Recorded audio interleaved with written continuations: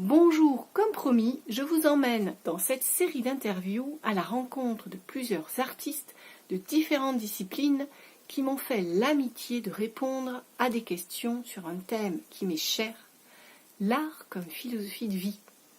Qu'est-ce que nous apprend l'art, que ce soit en tant que spectateur, ou en tant qu'artiste, ou encore que pratiquant d'une discipline artistique? Dans cette série de 5 vidéos, nous allons à chaque fois explorer la question avec notre invité. Et je vous invite à rester jusqu'au bout pour cette interview parce que notre invité nous a préparé une petite surprise. Bonjour et bienvenue dans cette capsule. Je suis aujourd'hui en présence d'Emmanuel Jublin qui a bien voulu répondre à ce questionnaire. Bonjour Emmanuel et merci à toi. Bonjour Nathalie, merci beaucoup de ton accueil. Alors, est-ce que tu peux te présenter et expliquer ce que tu fais? Eh bien, je suis Emmanuel Jublin. Ce que je fais, en fait, c'est l'expression de ce qui je suis. Je suis un artiste passionné par la magie des sons. Je suis chanteur, pianiste et flûtiste. Et la passion que j'ai, je la transmets tout simplement. Et je suis un pédagogue tout aussi animé et passionné par l'intelligence des enfants, des adultes avec qui j'ai l'occasion d'élaborer la musique. J'aime partager, transmettre la connaissance et ça fait que, en fait, depuis maintenant 20 ans, j'enseigne dans des conservatoires, notamment la formation musicale, ce nom un peu étonnant qui est aussi la couverture du mot solfège, la musique chorale aussi et la musique d'orchestre. Alors, est-ce que tu penses que l'art, qu'on soit spectateur ou dans ton cas auditeur, ou que l'on ait une pratique artistique ou créative, constitue une source d'enseignement, de formation de l'être, voire même une philosophie de vie? Clairement, et j'aime beaucoup cette question parce que je le vois au quotidien en fait. Je pense vraiment que l'art, c'est d'une part une source d'épanouissement. Ça peut même avoir une gamme d'accomplissement personnel, de développement de soi pour une personne. Et de manière plus fine, ça donne l'occasion aux personnes de côtoyer le sensible en elles. Ce que j'ai envie de dire aussi, c'est que pratiquer l'art, notamment de façon créative, parce que ça c'est vraiment ce qui me passionne, c'est la part de la créativité dans l'apprentissage et la pratique de l'art, ça permet à l'être humain de se découvrir, un ADN qu'il peut-être ne connaissait pas encore, de se rencontrer vraiment à l'intérieur. Et ça permet de côtoyer le beau. J'ai une image que j'aime l'employer, c'est que le beau, en fait, c'est comme des nutriments qui engendrent comme un élan à l'intérieur de la personne et une cascade de bénéfices. Jolie image. Quelles sont les 2 grandes leçons de vie que tu as appris grâce à ta pratique artistique, musicale? J'ai envie de dire d'abord que tout est possible. Tout est absolument possible. Le champ des possibles, il est grand.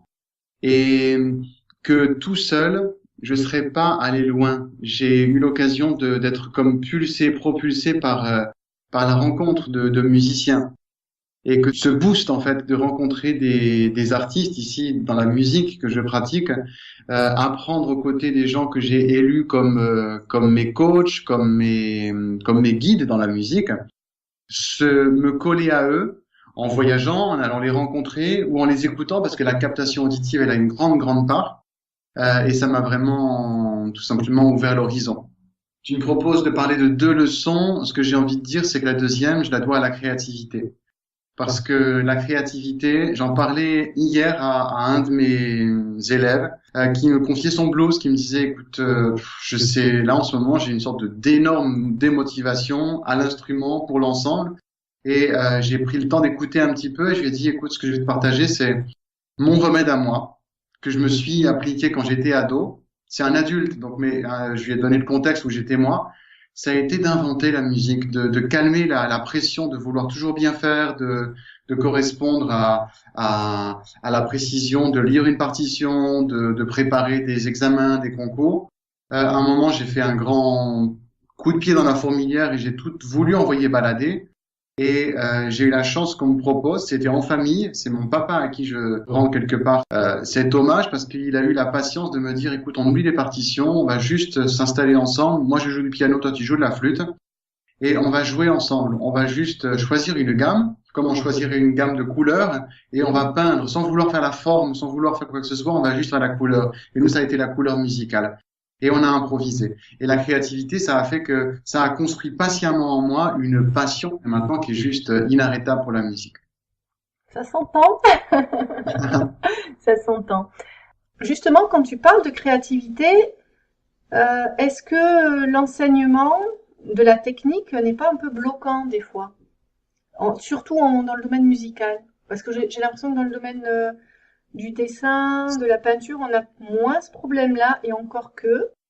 Mais il me semble que dans le domaine de la musique, on met souvent beaucoup l'accent d'abord sur la technique et ne serait-ce que lire les notes, par exemple. C'est, on a besoin toujours de naviguer un peu comme un équilibriste sur une corde et de trouver son équilibre. Je suis passé par les conservatoires, j'enseigne dans un contexte aussi académique. Si aujourd'hui je développe une autre sphère de transmission, notamment en ligne avec C'est ma musique, c'est parce que je sais qu'il y a une nécessité qui est grandissante chez l'adulte, chez l'enfant, c'est de côtoyer la musique avec une autre priorité que la focalisation sur le tout technique, tout technique. La pression qui est donnée par il faut que toutes les notes soient impeccables, que ton rythme soit impeccable, où on met la pression sur les personnes. La pression, elle vient d'elle-même, c'est stressogène, pressionnogène, le contexte dans lequel on fait apprendre aux personnes. On impose le fait de faire un cursus diplômant avec des examens. C'est bien, c'est stimulant, mais le rapport est quelquefois trop peu équilibré. Le bilan, on pourrait parler d'un rapport plaisir-stress pas équilibré. Je vois des personnes qui renoncent à ce rêve de la musique parce que ce qui leur est proposé, c'est trop scolaire, trop académique et trop peu au contact de leur aspiration du plaisir musical. Et on peut mêler exigence technique et plaisir musical. Déjà en faisant des mini-gammes créatives qui obligent de faire toujours do, ré, mi, fa, sol au début. On peut faire sol, la, si, la, sol. Changer d'endroit, le même geste. On peut apprendre à l'agilité des doigts en improvisant en même temps ce qu'on appelle des broderies. Do, ré, do, si, do. Les chanter et les jouer. On peut apprendre la technique tout en étant puissamment, j'ai envie de dire, jovialement créatif. C'est pas blanc et noir en fait, c'est polychrome. On peut être inventif, créatif sur des petits exercices de gamme, des petits exercices d'arpège, mais goûter au son. Parce que en fait, le solfège tel qu'il est donné, ça fait juste 150 ans. C'est tout petit à l'échelle de l'humanité. Avant, on apprenait autrement, on apprenait par imprégnation. Comme la peinture s'apprenait en copiant les maîtres. Dans des ateliers de peinture, on copiait tous les gens qui avaient peint avant. En musique, Bach, il a appris en recopiant la musique des autres. Il s'est flingué les yeux d'ailleurs. Il a écrit à la lumière de la lune ou des chandelles. Et en fait, il a vécu, il s'est comme mis les pieds dans les pieds des autres. Et aujourd'hui, en conservatoire, on met la pression sur ne pas faire de fautes. Mais mamma mia, c'est pas possible. On peut pas apprendre en mettant la pression de ne pas faire de fautes. On doit valoriser, je viens de réussir ça et maintenant je dois corriger ça. C'est pour ça que j'ai un moment, je dis toujours valoriser en préambule à tout feedback. Parce que c'est pas ce qui se fait malheureusement. Je suis un rescapé des conservatoires. On m'a donné assez de passion pour tenir le coup. Mais aujourd'hui, je pense qu'il y a des petits humains et des grands humains qui ont le droit d'apprendre sans stress, qui ont le droit d'apprendre en prenant un plaisir, pas le plaisir bisounours, hein. C'est bien alors que c'est pas bien. Mais tiens, je vois, il y a la promesse du très bon dans ce que tu viens de faire. Et je sais par la réalité dans le terrain, parce que quand je ferme une porte de mes cours en conservatoire, je suis dans mon espace pédagogique, je suis pas dans le conservatoire de Nixville. C'est étanchéifié de toute pression au maximum que je sais faire. Et ce qui est génial, c'est l'accélération, parce que quand on a une ligne de rythme, où il y a plein de rythmes, toutes les compétences nécessaires, hein, et elles sont écrites sur une partition, et la personne fait gambader ses doigts sur son instrument, sur son archet, tout d'un coup, elle est déconcertée elle-même, elle a réussi à faire un truc d'un niveau top, sans que ce soit du tout stressant. Donc c'est un immense challenge, mais c'est possible. C'est possible d'apprendre sans la pression, c'est possible d'apprendre sans renoncer au plaisir, sans stress en fait. C'est vraiment possible. C'est ça que je transmets et c'est ça qui et c'est franchement une réalité, Nathalie. Eh bien, écoute, super, parce que c'est vrai que notamment le stress, comme tu le dis, Moi qui ai pas mal travaillé sur la créativité, la créativité c'est quelque chose de fragile et le stress, la tension, eh ben, est un gros frein à la créativité. Exactement. Quel savoir-être as-tu pu développer grâce à ta pratique instrumentale ou enfin musicale et qui est transposable dans le reste de ta vie, que tu utilises ailleurs? Alors, c'est tant ma pratique, la réponse que j'ai envie de partager avec toi, c'est tant ma pratique musicale et artistique que le fait de la transmettre. Parce que de partager la connaissance, ça fait énormément respecter l'humain en concert, en situation de partage en live, mais aussi dans la pédagogie. Et c'est ça, en fait, le premier savoir-être que j'ai reçu, c'est le respect de l'être humain. Que l'être humain face à qui je suis, il en est à tel stade dans son évolution, il est venu vers la musique parce qu'il a une profonde aspiration, ou quelquefois c'est juste une aspiration quasi touristique, mais qui va lui donner juste ce qu'il lui faut, et puis la personne ira vers d'autres formes d'art ou d'autres formes de développement. Mais en fait, je me dois de respecter qui elle est. Si elle se trompe, si elle réussit, je dois avoir le même respect pour elle. Et ce respect, je l'ai reçu des gens qui m'ont transmis l'art de la musique et de la pédagogie, parce que ce que j'aime en fait, et ce qui est même mon moteur, c'est la fierté. La fierté de la personne qui est en train d'avancer, qui est en train de réussir, qui déploie sa confiance. Et ça, pour moi, c'est ce que j'essaye de pratiquer au maximum. Alors, transposable, je pense que oui, ça l'est, et c'est une exigence, en fait. De pas faire de mal. Déjà, si je peux faire du bien, tant mieux, mais au moins, j'essaye de pas faire de mal à la personne qui est en train d'ouvrir quelque chose de très sensible, c'est-à-dire d'essayer d'apprendre. Alors, ce que j'essaye aussi, et l'exigence que je mets pour moi, s'il y en a une, c'est la qualité du langage. Une qualité du langage, on va dire, au diapason de chaque personne, pour créer ce climat de confiance, parce que la confiance, c'est le socle, c'est un terreau, en fait, qu'il faut enrichir pour pouvoir avancer. Parce que si on met plus de pression que de confiance, on ne pourra pas avoir un bilan positif. On a besoin vraiment de créer cette souplesse de la confiance, et ensuite, ça devient une fermeté de la confiance. Mais au début, il faut y aller pas à pas. Donc, pour moi, c'est le respect. Quelles compétences, c'est-à-dire les savoir-faire, as-tu développées grâce à la musique? J'ai développé dans la musique et aussi sa transmission, son enseignement, c'est une sorte de préambule toujours, c'est la valorisation. Faire le point et de voir ce qui a fonctionné avant de regarder ce qui est à solutionner. Pour moi, ça a à voir avec la confiance en soi et ça a à voir avec aussi un état d'esprit de se dire, je préfère toujours le verre à moitié plein que le verre à moitié vide. Le verre à moitié plein, il donne déjà à boire. Et même si c'est un quart plein, il donne déjà un socle sur lequel s'appuyer. Et c'est pour ça que je développe toute ma musique au travers de la confiance en soi. Valoriser, réussir. T'as réussi un accord, mais tu t'es planté de rythme. Je parle un peu de manière prosaïque, et souvent on est conçu, on est conditionné par le fait de regarder ce qui n'a pas fonctionné. Ah, mais t'as vu, mon rythme, il était à côté de la plaque. Oui, mais c'était les bonnes notes, Nathalie. Donc maintenant, on va mettre les bonnes notes et on va ajuster avec le bon rythme. C'est un véritable accélérateur. Parce que notamment le chant, quand on chante avec les personnes, quand on ose chanter devant d'autres personnes, c'est très intime le chant, c'est très personnel. Et donc on peut pas aller avec des gros sabots en disant c'était pas juste, c'était faux, c'est pas possible en fait d'employer ces mots-là. Pour moi, c'est là où il y a beaucoup de respect qui est nécessaire et ça s'apprend en fait de respecter soi-même et respecter l'autre. Il y a une autre compétence que je veille à construire et là c'est le pédagogue linguiste que je suis parce que j'ai appris les langues avant à apprendre la musique ou d'en développer mon métier. C'est de faire vivre la musique comme un bain sonore, comme on apprendrait en fait sa langue maternelle ou alors quand on ferait un bain linguistique quand on irait en Italie, en Espagne, à l'autre bout du monde pour apprendre une langue ou juste en Angleterre. Au début, on est un peu déconcerté, on se dit mais il me parle dans des sons bizarres, je reconnais rien et se laisser faire en fait par beaucoup d'écoute. Et c'est là où le fait de rencontrer la musique par imprégnation avant de regarder la partition. Et c'est un challenge parce que j'enseigne la formation musicale dans des conservatoires. Donc, ce sacro-saint solfège qui fait fuir un bon paquet des élèves potentiels. Et en fait, c'est une possible libération de la personne parce qu'elle peut se retrouver autonome face à la partition, capable de tout lire. Mais ça demande avant tout de rencontrer le son. Rencontrer le son par l'écoute, par le jeu. Et pour qu'il y ait un contact. Un contact comme quand on peint, quelquefois, on va avoir un petit peu, on a une blouse parce qu'on peut toucher la peinture, on peut toucher la couleur, avoir les doigts un petit peu colorés. Eh bien, faut créer le son, créer la rencontre avec le son. Et ça permet de faire une sorte de petite baguette de Merlin qui fait disparaître un plexiglas qui souvent existe entre soi et le son.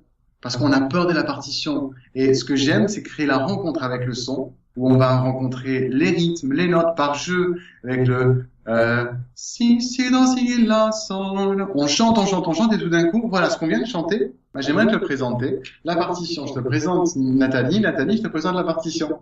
Et on a rencontré le son avant.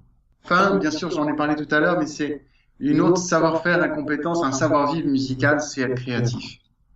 J'ai appris la créativité avec des personnes, j'en ai parlé tout à l'heure, c'est mon papa qui est musicien. Je le vis depuis maintenant toujours aussi, et surtout j'ai eu la chance de rencontrer une grande dame, et j'aime en parler, ça met toujours la chair de coq. C'est André Burezi qui était une grande pédagogue, une femme de bien, une femme qui aimait l'enfant, qui aimait l'intelligence de l'enfant. Et un jour où je me cherchais beaucoup, j'étais jeune adulte, je savais que j'allais enseigner, mais je voulais surtout pas enseigner comme on m'avait enseigné. Ne pas faire vivre à mes classes l'ennui sidéral de ma scolarité où je me suis jamais senti stimulé par quoi que ce soit, hormis gavé comme une oie. Et cette dame, je suis allé la rencontrer, c'était par chance une amie de la famille. Et j'ai frappé à sa porte un jour où j'avais pas de cours, mes cours étaient annulés à la fac. Et je me suis baladé dans la ville du Havre où j'habitais. J'ai osé sonner à sa porte et je lui ai dit voilà, je vais être prof, mais j'ai besoin que vous m'aidiez en fait. Et ce qu'elle a fait, elle m'a offert un café au lait comme on boit dans le nord de la France. Et elle m'a ouvert les cahiers de classe de ses enfants. Elle était institutrice où elle avait tout retourné. Elle avait retourné la pédagogie où l'enfant, plutôt que de recevoir un texte dans le stress de la dictée, on lui apprenait à écrire, à façonner son langage, ses poèmes, ses proses, sur l'observation d'une feuille de laurier cueillie dans le jardin ou dans le parc public de la ville, un rocher, un galet sur le bord de plage, une feuille d'oiseau tenue, tombée du ciel, et on la regarde évidemment, elle était quand même un petit peu lavée. On l'observe, on la touche, cette brin d'herbe. Et ensuite, avec un contexte musical, elle faisait écrire aux enfants tout ce qu'ils avaient ressenti en côtoyant cet élément de la nature. Et j'ai vu ces textes-là, je me suis dit, mais madame, qu'est-ce que vous avez fait? C'est d'un autre monde. Et elle a fait accélérer l'apprentissage des enfants venus de tout contexte socio-culturel, et elle les a plugués, comme on dirait aujourd'hui, dans le bon, dans la créativité. Une fois que j'ai vu que c'était la musique qu'il fallait que je vive, je me suis engagé à faire que ma pédagogie serait toujours d'essence créative. C'est un challenge, hein, parce que... Un beau challenge quand même. C'est un challenge, par contre, qui est un boost total, parce que s'il y a une réalité, c'est qu'une personne qui tout d'un coup se plonge dans cet apprentissage académico-créatif et créativo-académique, eh bien, il y a un gros avantage, c'est que ça accélère le temps. J'ai eu une grande partie de mes élèves qui ont toujours gagné une année dans leur cursus. Parce que les alignements se font dans le cerveau et dans le mouvement corporel. Et ça, c'est la magie de la créativité à tous les étages. Alors, je ne sais pas quel public tu as exactement, mais est-ce que dans ton enseignement, tu essayes de faire passer tout ce dont tu viens de nous parler aux enfants et aux adultes? Absolument, tu as vu juste, en fait, mes cours, en fait, c'est un peu comme les Jonathan. C'est de 7 à XXX années. J'ai des enfants de 77 ans, 80 ans. J'ai évidemment une majorité de petits pitchounets et pitchounettes qui apprennent la musique et qui démarrent leur parcours. Oui, en fait, j'essaye de le vivre avec eux, avec évidemment des langages qui sont différents, une dynamique, une pulsation de vie différente. Ce qui est passionnant avec les adultes, c'est qu'ils veulent tout comprendre, mais c'est un gros challenge. Quelquefois, il faut juste dire patience, en fait. Pour l'instant, il faut faire et ensuite on va comprendre. Parce que le faire, c'est capital, comme on met la main dans la pâte, si on sculpte, faut jouer avec la matière. Les enfants, par contre, ils ont cette spontanéité qui est juste géniale. J'ai un enfant l'autre jour qui me dit, un peu filou, mais il me dit, en fait, Emmanuel, quand tu joues au piano, j'ai comme l'impression que je sais à l'avance que tu vas jouer. Alors, je suis très touché par ça. Et puis, c'est vrai, parce qu'il y a une part de réel dans ce qu'il me dit, parce que j'ai déjà observé qu'il est très attentif. Et il me dit, ce qui fait que c'est pour ça que j'ai pas besoin de regarder la partition. Alors, ça fait un peu pirate, tu vois, mais ce qui est génial, c'est que d'appuyer comme ça, de créer cette image, cet espace créatif, de faire qu'avec les élèves que j'ai dans mes espaces en ligne comme en présence, d'appuyer sur le créatif, le très pragmatique, de mettre les mains dans le son. Ça fait que les personnes, tout d'un coup, elles accélèrent en fait. Elles accélèrent pas pour aller vite, c'est que tout d'un coup, ça se fluidifie, comme la pulsation cardiaque qui se met en place et tout roule dans l'intelligence du corps. Donc j'essaye, c'est mon challenge, c'est d'apporter la musique. On peut pas enseigner la musique, on peut juste ouvrir les portes de la musique et les gens ils vivent ce qu'ils vivent en fait. C'est une initiation durable en fait à la musique et c'est ce que j'essaie de faire. Quelles capacités et changements constates-tu chez eux suite à la pratique musicale? Alors, ce que je vois, c'est une capacité d'écoute, une capacité d'être acteur du son et en même temps d'être capable d'entendre l'autre. Et pour moi, ça a une grande valeur à la fois musicale, parce que c'est super pragmatique, hein. Si on joue en ensemble, en orchestre, en chorale, dans un petit groupe, bon, c'est bien de s'écouter. Et ça a une double belle signification, c'est que on est capable de s'entendre, et s'entendre en musique, ça a un sens, et dans la vie courante aussi, ça a un sens. Donc, c'est la capacité de s'approprier le langage, le sens du rythme, l'oreille, écouter les sons de do, ré, do, ré, mi, do, mi, sol, ces jeux de notes qui se suivent, qui font ces sautes-moutons, je les appelle comme ça, c'est un langage un peu enfantin, mais un accord. C'est beau d'ailleurs le mot accord. Parce que Oui. quand on est d'accord deux personnes ensemble, hein, moi je donne comme ça un peu l'exemple, c'est quand on est d'accord de quel plat on va faire pour l'anniversaire d'un enfant, tout le monde est content parce que l'enfant il est content et puis en fait c'est faisable, c'est dans le budget de la famille, c'est faisable, c'est cuisinable et tout le monde est content. On est d'accord de quel film on va aller voir au cinéma. L'accord en fait ça met les notes d'accord, ça les met les notes en résonance. Et savoir s'écouter, écouter ensemble. Et puis ce que j'aime encore, c'est que tout d'un coup, des élèves, ils se mettent à écrire ce que j'appelle des textos de notes, des petits SMS. On prend une grille d'accords, comme dans la musique jazz, comme dans la musique de tous les temps. Et puis, on va faire sol, la, sol, mi, ré, do, la, si, do, si, la. Et tout d'un coup, on va s'amuser à créer comme bonjour, on se voit tout à l'heure au ciné. On envoie un texto à quelqu'un, on se dit pas je suis pas Balzac, je suis pas Victor Hugo et j'écris. Mon grand objectif, c'est à partir du solfège que j'enseigne, c'est libérer les vannes d'oser en fait, comme on peut oser créer un tableau, créer une ambiance dans une maison et on se dit pas je suis pas architecte d'intérieur, on va pas s'interdire de faire la déco d'une maison quand on l'investit, quand on emménage. Bon, si on a l'aide de quelqu'un qui sait décorer, c'est cool. Mais s'autoriser à créer.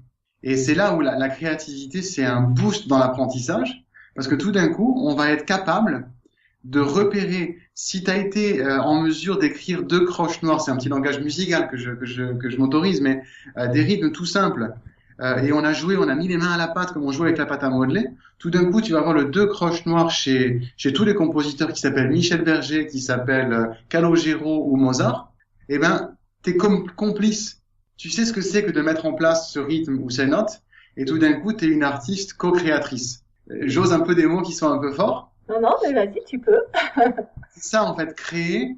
Il est créatif, la musique, parce que c'est un art de création, comme si t'étais messagère d'un message qu'a envoyé tel compositeur à travers le temps ou tout maintenant. La partition, c'est un peu comme une sorte de boîte de conserve lyophilisée. Elle a besoin d'être remise en vie par quelqu'un. Parce que sinon, ça reste des notes qui sont figées dans le papier. Et on a besoin de femmes et d'hommes qui s'autorisent, qui prennent le culot de jouer la musique pour que les gens l'entendent. Et c'est là où c'est un challenge, c'est faire que des gens qui viennent à la musique un peu comme en mode touriste, hein, ils savaient pas quoi faire le jeudi soir, ils ont vu qu'il y avait un cours, ils y sont venus, et ils y prennent goût, ils prennent le virus. Ou alors des gens qui ont une aspiration profonde, qui ont une quête du son, et de faire que ils osent créer. Et pour moi, ça a un grand gain parce que les gens, ils se redressent vraiment physiquement quand ils osent faire ça et qu'ils le font et qu'ils sont fiers d'eux. Quelles sont les deux œuvres ou deux artistes, alors pas forcément que dans la musique, dans n'importe quel autre art, qui t'ont apporté le plus d'enseignements ou qui t'ont le plus nourri? Alors, je vais nommer deux artistes. Un artiste compositeur et un artiste peintre. Il y a Handel. Georges Frédéric Handel, c'est un compositeur qui a marqué ma vie parce que j'ai à un moment décidé de faire des recherches à propos de ses musiques. Et ça a été un moment clé parce que je faisais des études d'anglais. Je faisais la préparation de mon mémoire de maîtrise d'anglais. Et je me suis j'ai passé 2 ans, j'ai décidé de le faire sur 2 ans, une année de recherche, une année d'écriture. J'étais en Angleterre, j'ai passé mon temps dans les bibliothèques à écouter les chorales. Je suis allé rencontrer des chefs d'orchestre dans toute l'Europe pour leur parler et parler avec eux qui me racontent Handel. Et je suis tombé en amour, comme disaient les Canadiens, avec la musique à ce moment-là. En fait, ce que j'aime d'ailleurs, parce qu'à posteriori, aujourd'hui que je suis aussi devenu entrepreneur, en plus de mon métier d'artiste, c'est le premier compositeur entrepreneur de l'histoire. Beaucoup de compositeurs ont vécu comme employés d'une cour, d'un seigneur, d'un roi, d'un empereur ou alors du monde religieux. Et ils ont très bien fait parce que ça a été l'occasion de composer des chefs-d'œuvre. Mais lui, en fait, il a été très vite son propre employeur parce que il a créé une opéra. Il a géré et dirigé un opéra. Alors, quand on dirige un opéra, on compose de la musique et c'est un peu comme on fait des comédies musicales, il faut que ça tourne. Donc, il a dû adapter sa musique au goût du moment. Il a constamment adapté de l'opéra à l'oratorio et ça a marqué la musique. Le deuxième artiste que j'aime et pour qui j'ai un profond respect, un grand homme, il s'appelle Luis Anza. Il a aujourd'hui quitté ce monde. C'est un artiste peintre. Il a été professeur à l'école du Louvre et c'est un maître de la couleur. Et j'ai rencontré dans sa peinture un monde sensible qui est en résonance toute proche avec la musique. C'est aussi un homme qui a une grande dimension humaine et qui est un homme de légende qui a donné à l'humanité un trésor, c'est le respect de l'humain et le respect de la vie en fait. Et c'est vrai qu'il y a un lien assez fort en général entre la musique et la peinture, effectivement. Est-ce que tu considères comme important de t'entourer d'œuvres d'art, alors que ce soit de la musique, de la sculpture, de la peinture, enfin n'importe quel domaine toujours, d'aller à des expositions, des concerts, etc. Et pourquoi? Oui, clairement, parce que c'est important de se nourrir du beau, de s'en imprégner. Aujourd'hui, on a une chance qui est gigantesque, c'est YouTube, c'est Deezer, Spotify pour la musique, YouTube pour la connaissance aussi. Ça fait pour moi d'ailleurs une accélération chez les tout jeunes où ils s'imprègnent de la musique à leur rythme. Ils peuvent tout d'un coup découvrir une passion pour tel style de musique, telle époque, le style rock, le style disco, le style R&B ou blues, et tout d'un coup, on a l'impression qu'ils sont une sorte de réapparition temps moderne de quelqu'un d'il y a 50 ans, 60 ans. Parce qu'en fait, ils ont l'occasion d'être connectés à la musique. Mais il y a une dimension qui est encore plus forte, c'est celle dans le live, en fait. D'aller voir une exposition. Il y a le monde du virtuel qui est génial parce qu'on peut faire une visite depuis son ordi de tel musée. Mais quand on est en présence, en fait, d'une grande œuvre, qu'on s'assoit, qu'on monte la tête et qu'on regarde une fresque de Michelangelo ou qu'on regarde Turner et qu'on est comme scotché de la vasteté de son monde de couleurs et d'impressions, ça touche. J'ai envie de parler d'un monsieur que j'apprécie pour l'homme qu'il est. Il s'appelle Monsieur Schmitt, Frédéric Emmanuel Schmitt ou Éric Emmanuel Schmitt. Un jour, en fait, il avait 18 ans. Il se questionnait énormément sur le sens de la vie, au point d'être en train d'envisager des choses dramatiques pour lui. Et il avait 17-18 ans. Son lycée l'a emmené voir un opéra à Paris. Et il a dit, dans une de ses déclaration récente, il y a quelques années maintenant, il a écouté Mozart et il s'est dit, alors s'il y a un humain qui est capable d'écrire des si belles choses, je crois qu'il écoutait les Noces de Figaro, ou Così fan tutte. Il s'est dit, ça vaut le coup de vivre, s'il y a eu des humains qui sont capables de créer autant de beauté. Donc peut-être qu'on ne réalise jamais à quel point il est important de donner l'occasion de côtoyer la beauté. Écouter un concert, c'est être en perfusion directe, les pores de la peau reçoivent la vibration de la musique. Ça demande d'être un peu initié pour apprendre à écouter la musique jazz, la musique classique, la musique très ancienne, ou même la musique d'aujourd'hui. Bon, la musique d'aujourd'hui, elle est pure énergie, quelque part, elle apporte vraiment comme le disco d'il y a quelques décennies qui apportait l'énergie de danser, tout simplement. Mais n'empêche que ça n'a rien de tel d'être en train de danser à plein de monde que de tout seul à la maison. Et donc la rencontre humaine avec l'art, en fait, pour moi, c'est vital, vraiment vital. Alors, est-ce que pour toi, tout le monde est artiste, comme on peut l'entendre souvent?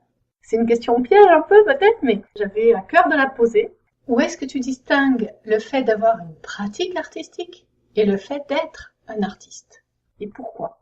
Alors, cette question-là, elle est entre guillemets à prendre avec des pincettes, notamment pour les artistes qui entendent, qui savent le chemin que ça a été fait pour devenir artiste, pour vivre de leur art ou pour organiser la vie, pour exprimer l'art qu'ils ont à l'intérieur. Mais ce que je suis convaincu d'être, en tout cas, on va dire, ma version de la vie, c'est que tout le monde a la capacité d'avoir dans son esprit, dans son monde organique, l'art. Ensuite, c'est une question de choix. Il y a des gens qui vont rester totalement extérieurs à l'art ou qui vont l'embrasser. Mais on a tous la capacité d'avoir un artiste à l'intérieur. Je vais employer une comparaison qui est très peu artistique, mais comme un ordi qui a la capacité de recevoir tous les logiciels possibles, mais ensuite on choisit que l'ordi soit utilisé pour l'image, pour le son, pour le traitement de texte. Chacun en fait utilise la même bécane pour en faire ce qui correspond à sa nécessité, son désir. On a tous un ADN création, un ADN créatif en soi, parce que déjà la vie se crée en nous. On se coupe le doigt, la peau est un petit peu blessée, le corps est capable de recréer la vie et de reconstituer l'épiderme. Je trouve ça juste fantastique. On a la capacité de création de manière organique. La capacité de création de l'art, c'est évidemment plus subtil, mais on a tous les codes. Maintenant, les personnes qui sont artistes de métier, qui sont artistes de passion, qui créent, qui font des expositions, peut-être que c'est le dessus de la crème parce que ils ont une telle nécessité en eux, en elles, que ça déborde. Il faut que ce soit exprimé, il faut que ce soit donné. Pourquoi est-ce que Bach il a créé la musique? Il a créé la musique, c'était son métier, d'accord. Mais pourquoi est-ce qu'il a créé autant, qu'il a écrit des musiques, le clavier bien tempéré, les passions, les cantates, les concertos brandebourgeois? Toutes ces musiques, il les a créées parce qu'il fallait qu'elles passent. Je réessaie de penser à la deuxième partie. Est-ce qu'il y a une distinction, c'est ça que tu disais, avec...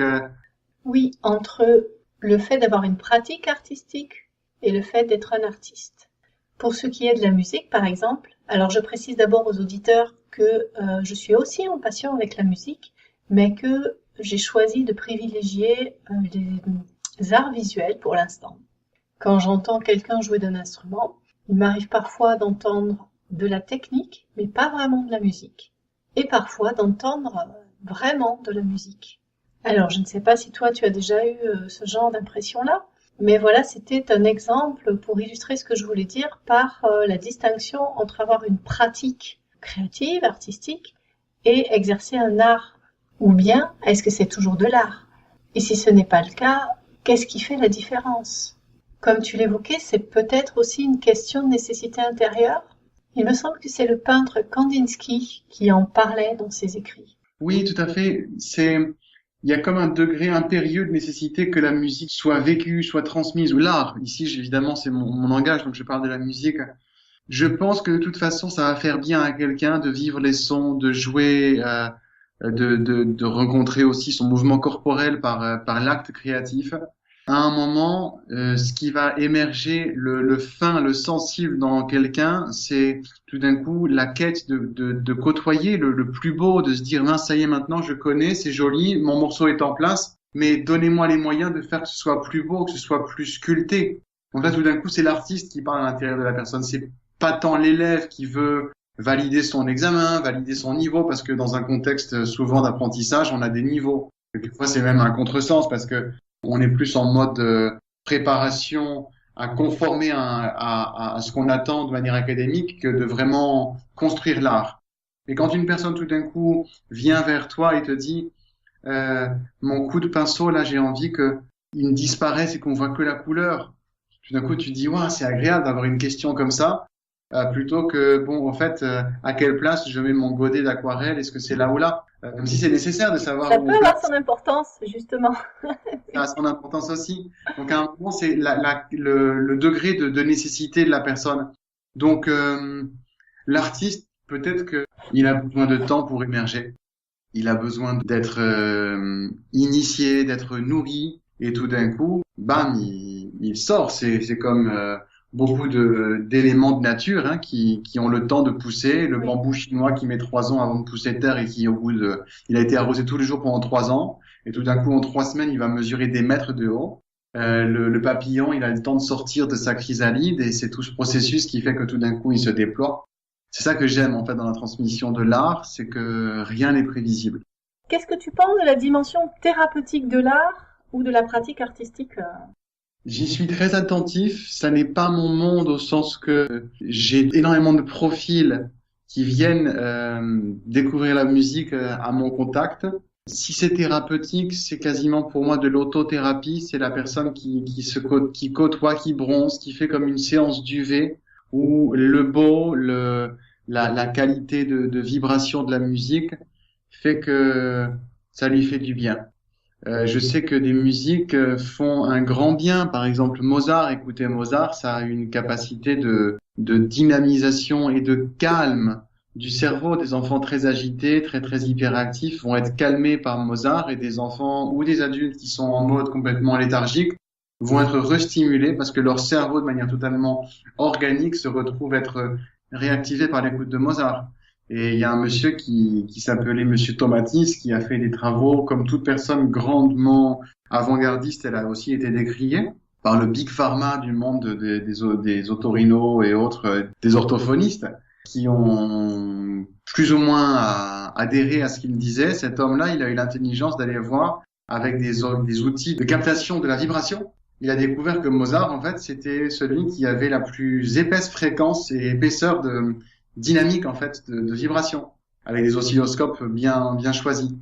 Et il s'est dit, tiens, faudrait voir, en fait, est-ce que ça viendrait pas stimuler ton cerveau de manière plus importante encore que certains compositeurs. Et il a vu que d'écouter du Mozart faisait bien à des enfants qui étaient en grande difficulté, donc magnifique. En fait, foncez, allez vers l'art comme regardez comme vous savez, comme vous êtes devant un menu de restaurant et vous êtes attentif à quel est le plat en le regardant, les ingrédients, fait venir l'eau à la bouche. Si tout d'un coup ça vient créer une salive goûteuse dans la bouche parce que j'ai envie de ce plat-là, faut le commander. Ça peut changer au fil d'une vie, c'est ça qui est beau. Dans ton enseignement et ta pratique, quelle place est-ce que tu donnes? Je pense que tu as en partie répondu, mais au cas où tu voudrais rajouter quelque chose, donc quelle place tu donnes à la beauté, à l'harmonie, et pourquoi? Parce que j'aime bien ce que c'est un découlé dans tes questions, parce que c'est pour moi une toile de fond, tant la beauté que l'harmonie, où on pourrait parler de notes de fond pour notes de cœur, je sais plus, dans le domaine du parfum. Parce que les côtoyer, c'est aller à la rencontre de qui on est au plus profond de nous, être touché par la musique, être fier de la faire, ou quel que soit l'art. Ici, bien sûr, on parle de musique, c'est une des émotions les plus hautes, les plus vivantes qui est possible d'être vécue par l'être humain. Parce que la musique, c'est une vibration. Vivre et vibrer, au niveau étymologique, c'est quasiment le même mot. Ça a juste une petite subtilité de différence entre le B et le V. Et il faut y aller. Faut s'autoriser ça, qu'on soit à 10 ans, 15 ans, 20 ans, qu'on a 40 ans, 50 ans, et qu'on est jeune retraité. Si vous avez envie d'aller vers l'art, il faut y aller. Parce que c'est vital. Notre société, elle a besoin de ça. Elle a besoin d'apporter la vie de l'art dans une exposition, dans un lieu qui a besoin de vie, comme des lieux de soins de la santé, dans des lieux où en ce moment on est juste préoccupé par le fait d'aller à la fin du mois. Il y a besoin de l'art pour tout d'un coup prendre un autre oxygène. C'est pour moi ça l'objectif. On en parlait juste avant de commencer cette interview, c'est émettre une fréquence et dire aux gens, regardez, il y a aussi ça. Comme tout d'un coup on lance une radio, elle occupe telle place de la bande FM. L'art devrait avoir une place en fait dans la bande FM de la vie courante. Alors, pour toi, l'art a-t-il, au-delà de tout ça, une dimension philosophique, voire spirituelle? Je pense qu'on touche à quelque chose qui est très sensible chez la personne. Son esprit est nourri chez une personne qui joue la musique au sens intellectuel et aussi plus subtil. Ça permet pour moi de stimuler, comme quand on écrème du lait. On prend le petit lait ou la crème et ensuite on la met de côté. On peut comme stimuler une pensée raffinée chez la personne qui fait émerger l'artiste en elle. spirituel pour moi parce que oui, ça fait contacter un autre temps, une autre réalité que celle du quotidien et déjà c'est génial. Je vais toujours à laisser ce monde un peu de côté parce que chacun a vraiment son monde religieux ou spirituel ou philosophique. Mais ce qui est génial pour moi, la dimension pour moi quasi même, on va dire interculturelle de la musique, je l'ai vécu dans certains festivals où en train d'attendre, on était des centaines à aller manger un repas dans des sortes de selfs un peu gigantesques pour pouvoir nourrir des centaines de personnes qui font un festival ensemble. Et puis quand la queue elle est longue, bah faut s'occuper, hein. Et donc on chantait des chants que tout le monde pouvait chanter alors qu'on pouvait pas se parler parce que les langues étaient différentes. Il y avait des gens de Pologne, de République tchèque, du Portugal, de Grèce et d'Europe du Nord. Tout le monde ne parlait pas anglais ni français ou même allemand. Et on pouvait chanter ensemble. Et là, ça touche quelque chose de très humain parce qu'on peut faire quelque chose sans pour autant se comprendre verbalement. Avant qu'on écoute une des petites surprises que tu nous as ramenées, en guise de fin, quelle est ta prochaine actualité? Où est-ce qu'on peut te rencontrer? Et où est-ce qu'on peut venir apprendre? Alors, mon actualité, je suis vraiment super content d'en parler et d'être dans cet espace-là où on est aujourd'hui avec le début d'une nouvelle étape dans ma vie de musicien et pédagogue. C'est que j'ai décidé aussi de transmettre en ligne, en fait, mon approche de la musique, par nécessité, parce que mon temps, il fait 24 heures, le temps des gens, il fait 24 heures. On n'est pas toujours disponible au même moment, les gens avec qui on a envie de vivre la musique. Et aujourd'hui, j'ai vu tellement d'élèves qui utilisent des tutos pour apprendre que je me suis dit aussi, eh bien, il est temps d'apporter aussi la musique avec ces vecteurs-là. Et donc, j'ai conçu une méthode, ça fait 20 ans en fait qu'elle est en élaboration constante, elle s'appelle C'est ma musique. Alors, C'est ma musique, c'est un jeu de mots, parce que ça s'écrit pas comme ce serait comme une phrase, c'est ma musique, c'est C-E-I-M-A, music, parce que voilà, je suis anglophone aussi et il a fallu que je le mette avec un M-U-S-I-C. C-E-I-M-A, pour faire concis, c'est un voyage de la confiance à l'autonomie. Confiance, c'est le C de SEMA, confiance. Confiance dans chacun des gestes et chacune des compétences qui sont acquises par la personne. L'écoute, écouter la musique en 3D, écouter en mode kaléidoscope, vraiment comme le palais des glaces que c'est le son, parce que c'est une aventure qui est magnifique. Et confiance dans l'écoute. L'inventivité, parce que voilà, je suis l'héritier de la créativité. Au sens très simple, j'ai choisi de nommer inventivité parce que pour la désacraliser, pas au sens de, comme je disais, il y a des moments où on se restreint, on se dit, je suis quand même pas assez bon pour oser dire que je crée. Ça gêne quelquefois les gens quand ils disent je crée. Inventer, c'est plus simple, c'est plus pragmatique. Et donc l'inventivité au service d'apprendre. Le M, c'est celui du mouvement, de la motricité.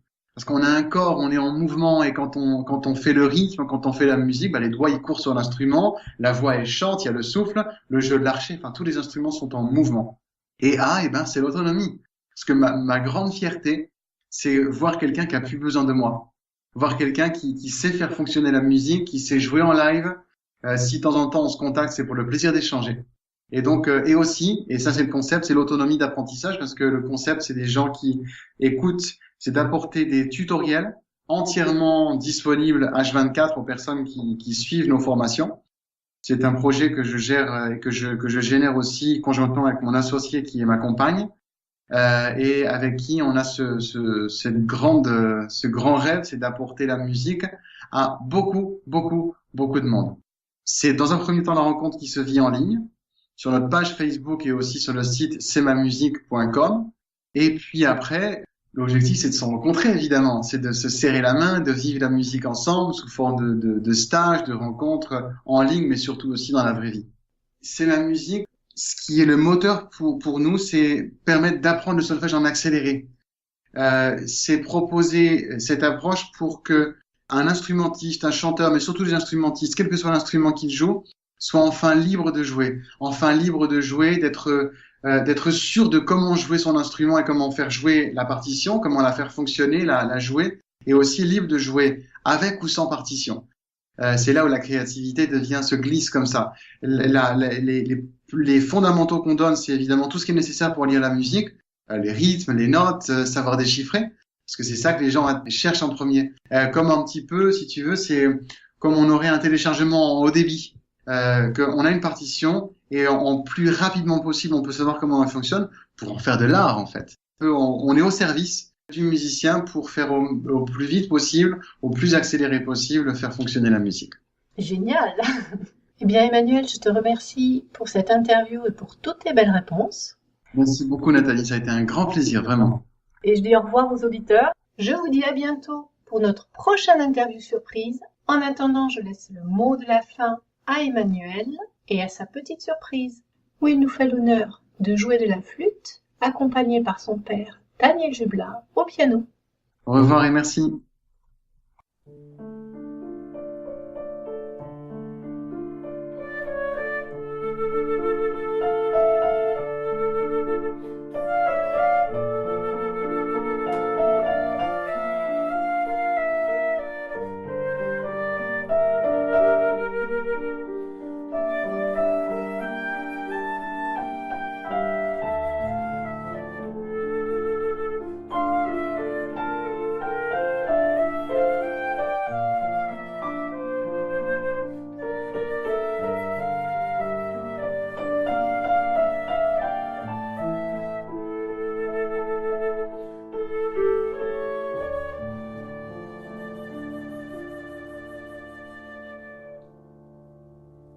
Voilà, cette interview est maintenant terminée.